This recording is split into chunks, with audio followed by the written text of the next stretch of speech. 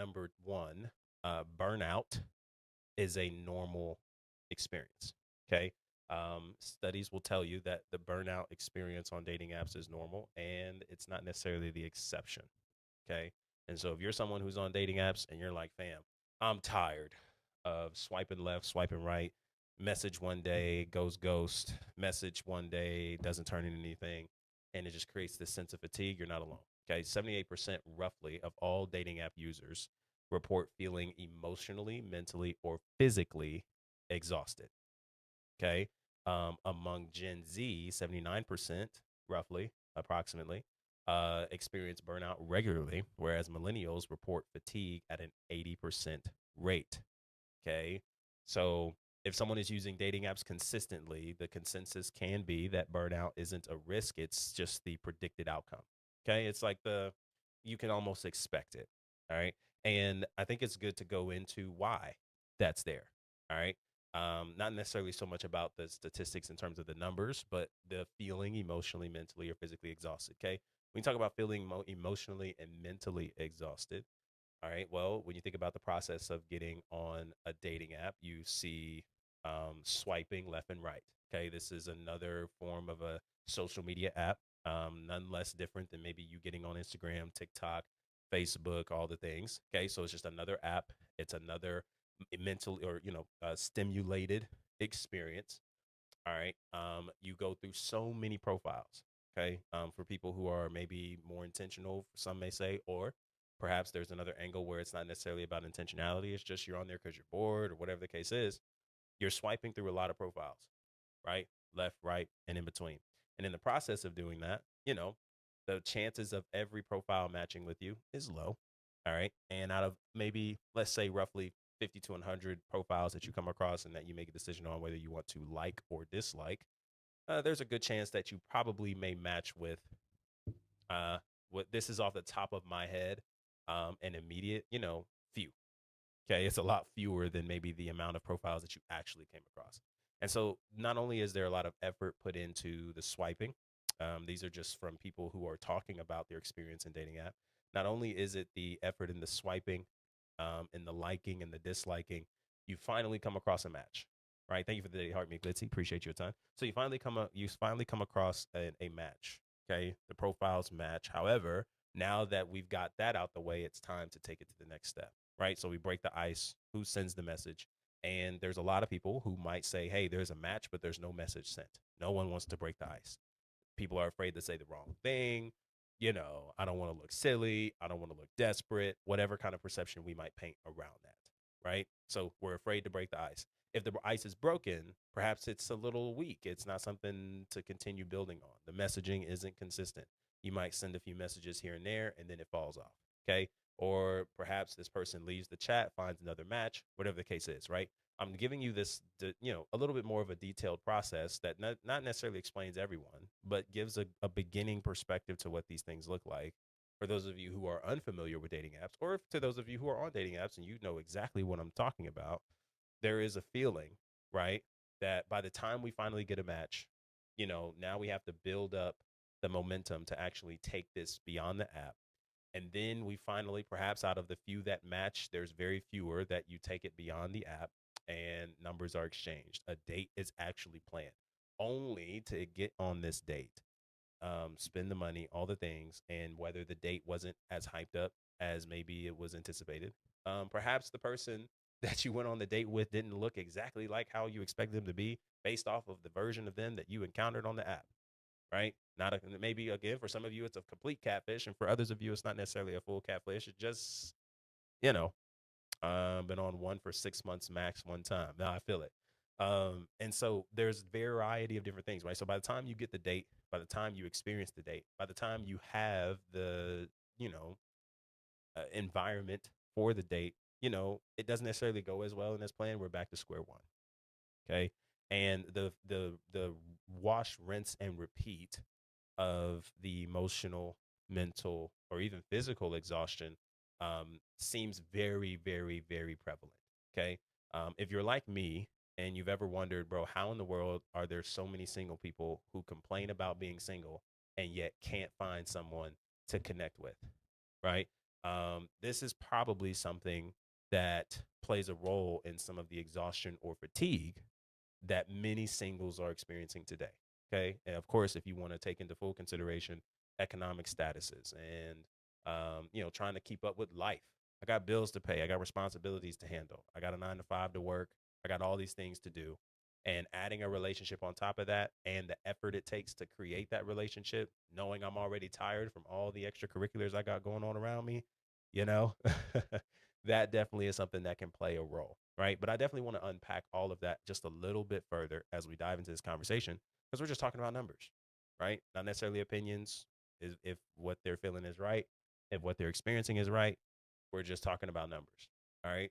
And so burnout is the norm, not the exception. So if you get on dating apps and you feel like, bro, I'm already tired of it, you're probably a part of the majority, not the few. Okay. And so let's look a little further. All right. This is another summarization that I have found. And that is that women, this is point number two, in dating apps. Of course, there's probably many statistics. All right. And I definitely don't want to come at this as if like I have the fullest up to date numbers. All right. These are from where am I getting these stats? Yeah. So I mean a variety of different places. Okay.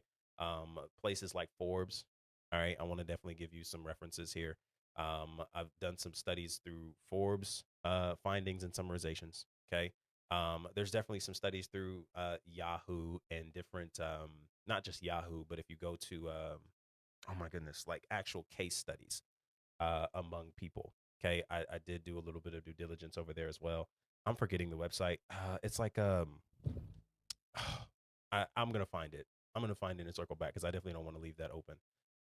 But a lot of research in terms of that. Of course, I also did some digging um, as I was putting this stuff into like things like Chat GPT and things like that, just to kind of have some conversations. Then I definitely had them give me some resources. So as they're coming up, I'm gonna pull them up.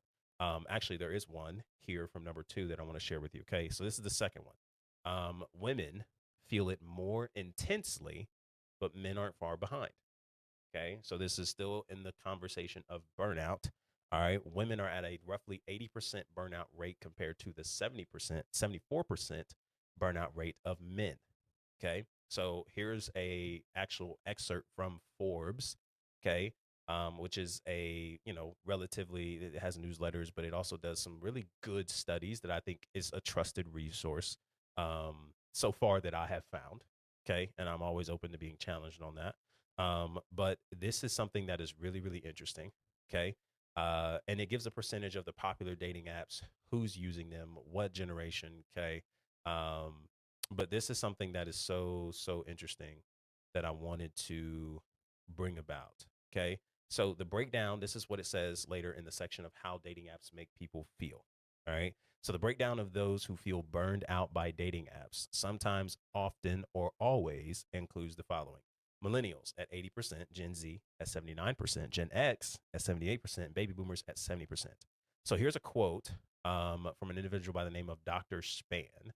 And just because I have it available to me, um, Dr. Span, okay, maybe not necessarily somebody I can just fully look up. All right. Thought I could, but I'm not that dope. All right. Dr. Span, obviously they have these names in here, and they may not necessarily tell you exactly who these people are.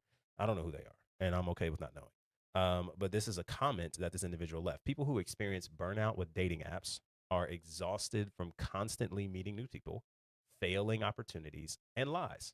Yeah, it's spelled with two N's. It's kind of crazy, right?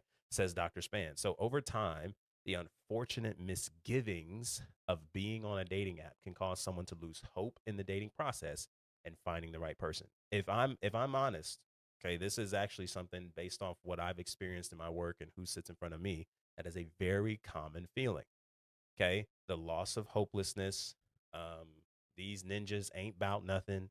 Can't find a girl. All the things is oftentimes coming from experiences where I'm going to the places that were told if I went here, it had a better opportunity of finding. Okay. And I'm meeting new people regularly.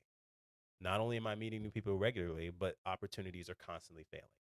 If it's not one date, it's 3 dates. If it's not 3 dates, it's 5 dates. It seems like it's going somewhere only for it to fall.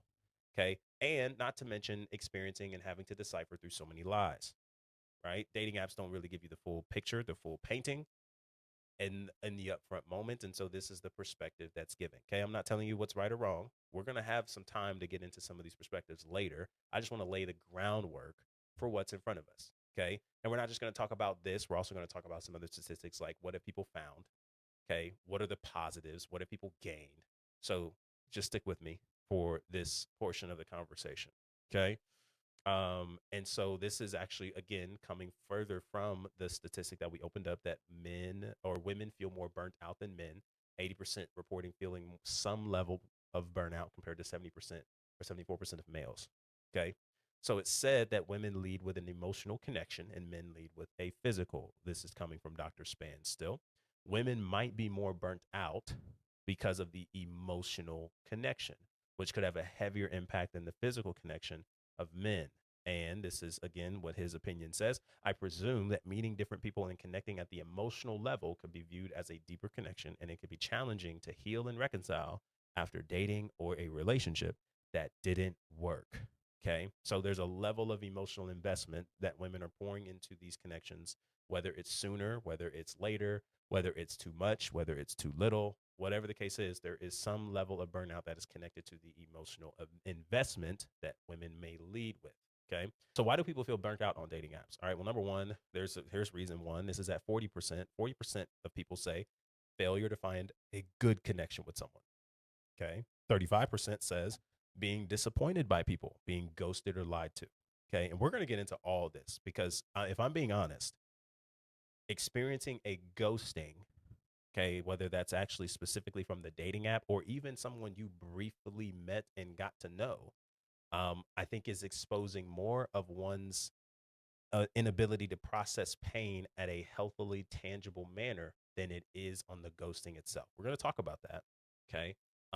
Again, we're going to have a time to deal with that throughout this series, but this is just something I want to paint to you. All right. 35% says being disappointed by people, whether it's being ghosted to or lied to. What's up, Marion? Good to see you. 27% say feeling of being rejected. Okay. 24% says messaging multiple people and having repetitive conversations. This is really good.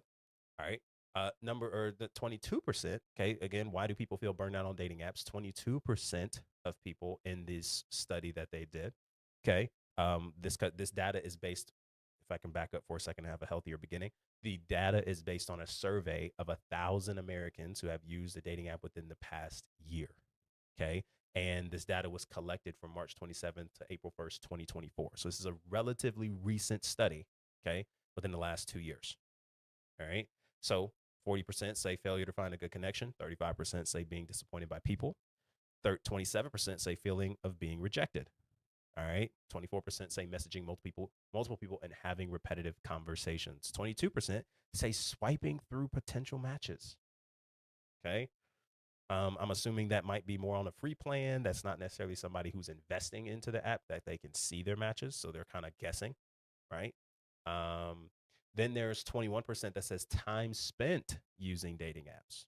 Okay. I have no doubt that there might be people who are probably using dating apps like hours at a time a day. Okay. Then there's 20% that says pressure to present yourself in a certain way. Now that's interesting. Very interesting. 18% say maintaining your profile, updating it, giving different looks, what works, what starts conversations, what does all those things. Okay.